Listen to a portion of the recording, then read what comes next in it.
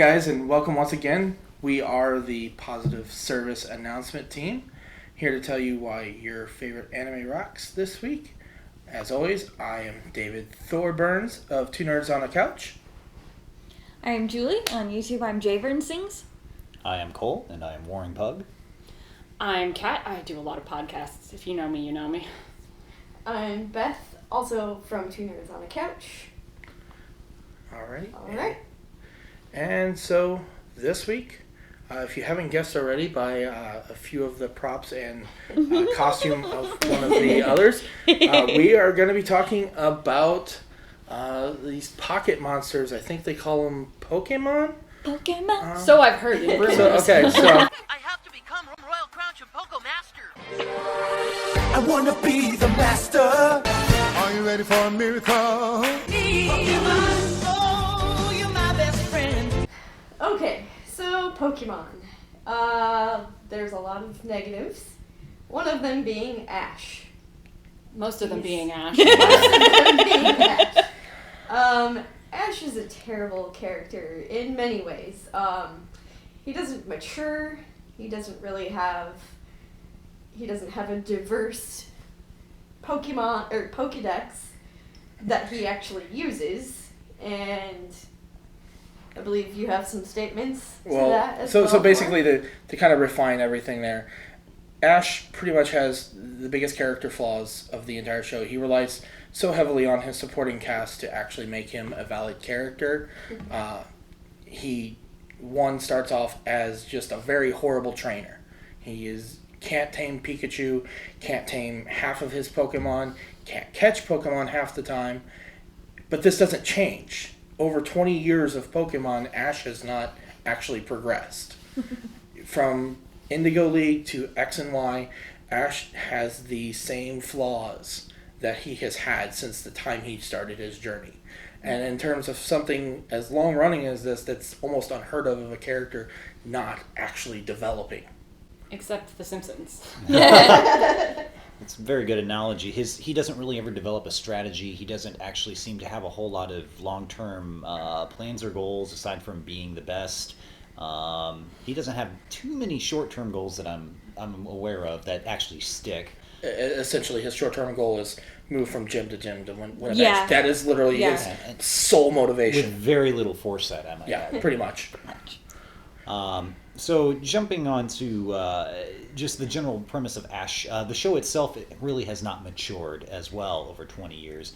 It's always got the same target audience level, which is both a good and a bad thing. It's a good thing for a long-running franchise. Again, kind of the whole sitcom Simpsons thing, where if you know something's going to last that long, you can't really afford to change much. Consistency, yeah. So in that regard, it doesn't. If you watch some of the movies actually have really good standalone plots, but most of them don't really tie into the greater overall arc or story universe or what have you. Not much changes in Pokemon. Or maybe not. We're roasting Ash pretty heavily here, pun intended. But we'll kind of cover a little bit also thing with the actual start of Pokemon is actually Team Rocket. For people that have played the games, that know a little bit more of the story, Team Rocket is actually a very formidable force. They have a greater goal.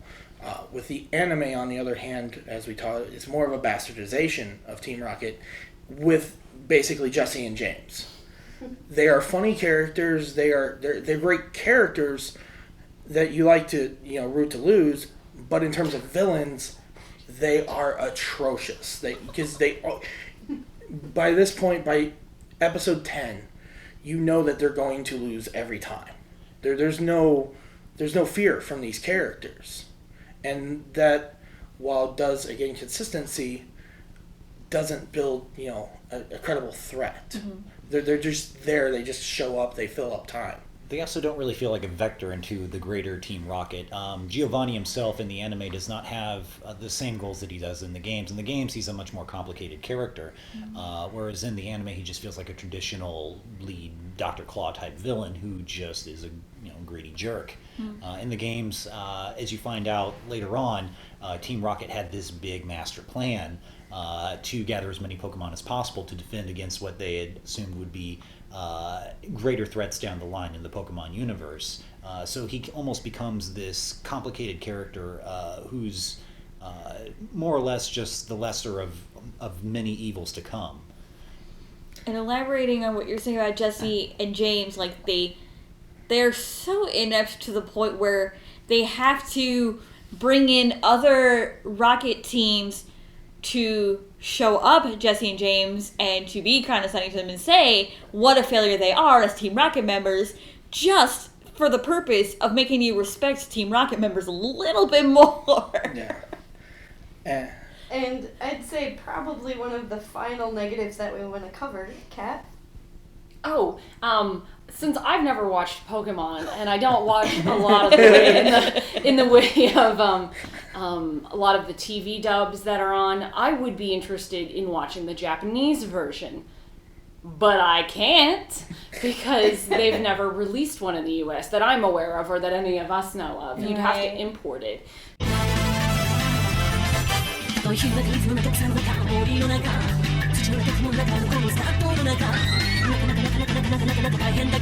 So, because it is syndicated for television here, that means it, to a degree, it gets westernized. Certainly all the names get changed, and some stuff is going to get changed or censored for American audiences.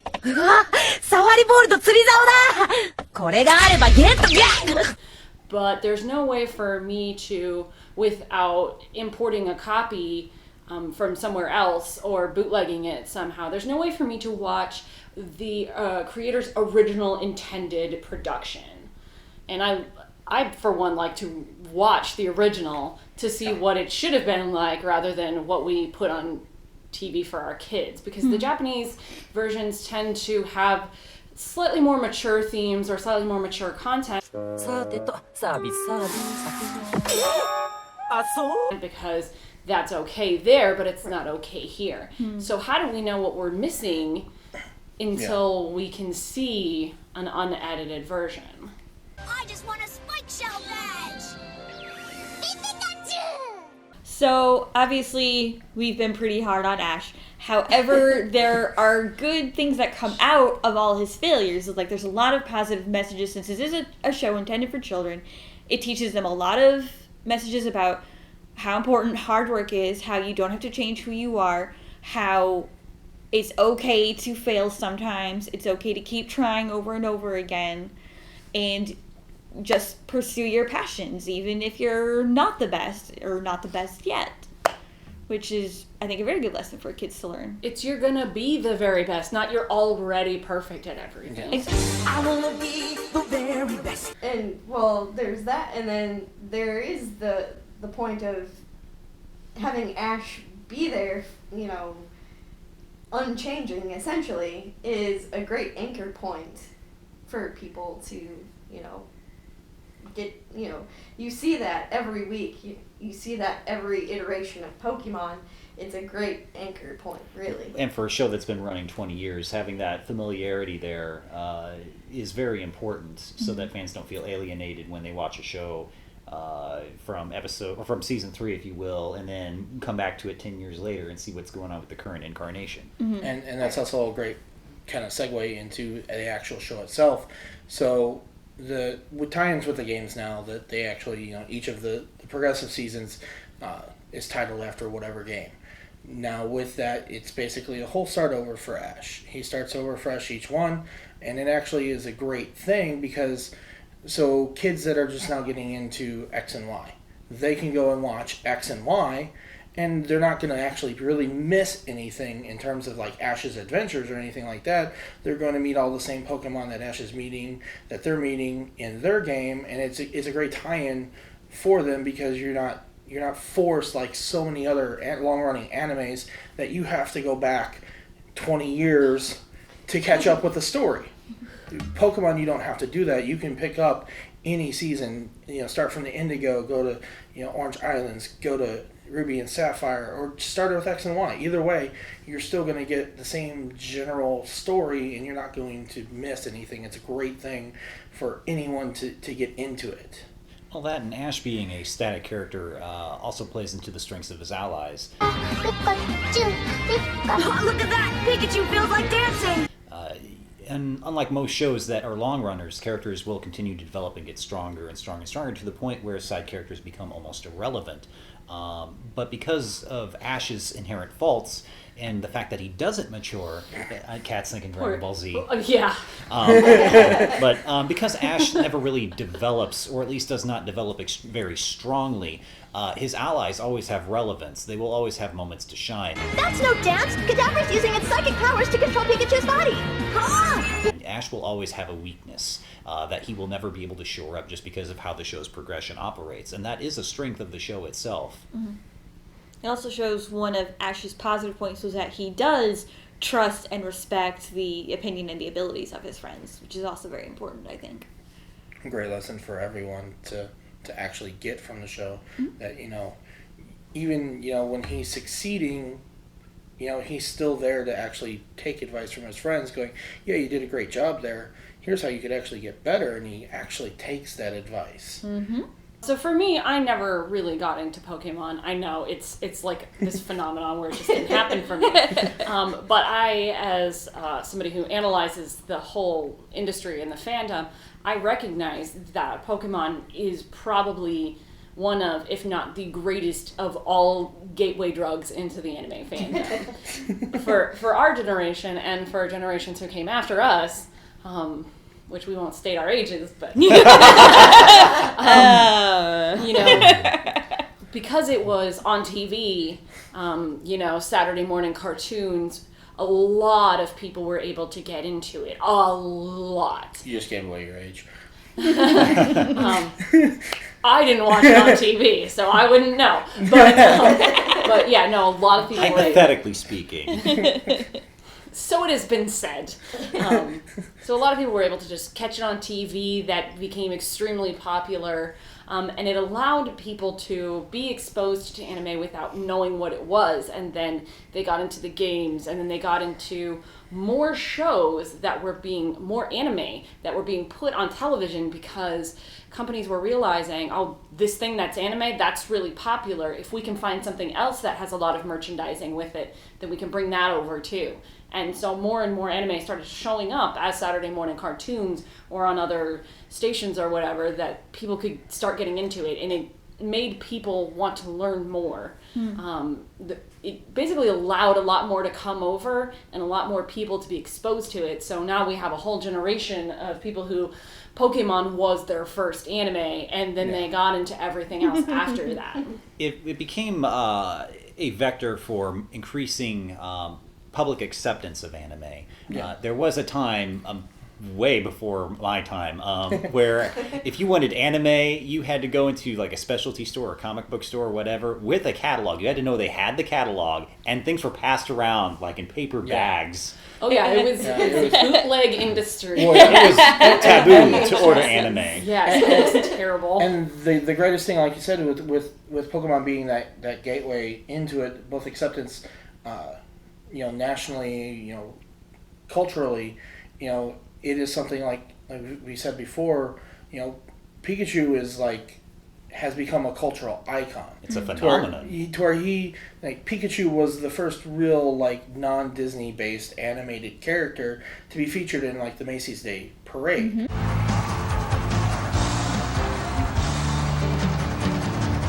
I mean, that's something that you don't get with a lot of imported type materials. They don't reach that level of icon. Right. But Pokemon has done it and has held that status pretty much since it hit the States. And, that's a testament to its, to its true storytelling, to the character development, to the characters in there, the actual quality of the anime, and the quality of the message that it brings with itself, with all the positivity, even in dark, dire times, Ash always, finds the light and stuff, and you just don't get that in every bit of anime.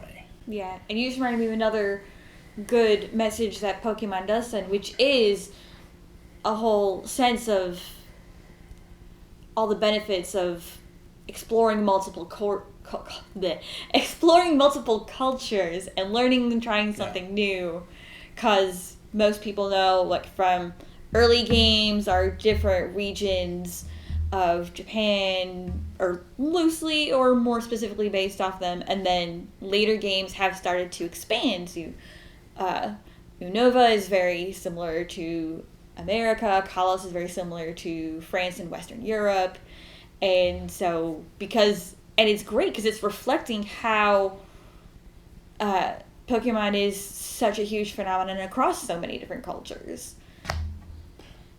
Building on that, it's also worth noting that Pokemon is, as of the time of this recording, pretty close to 20 years old. It is 20. Yeah, it is 20. Officially, It's yeah. officially It's 20. 20th anniversary. 20-year mark. Wow.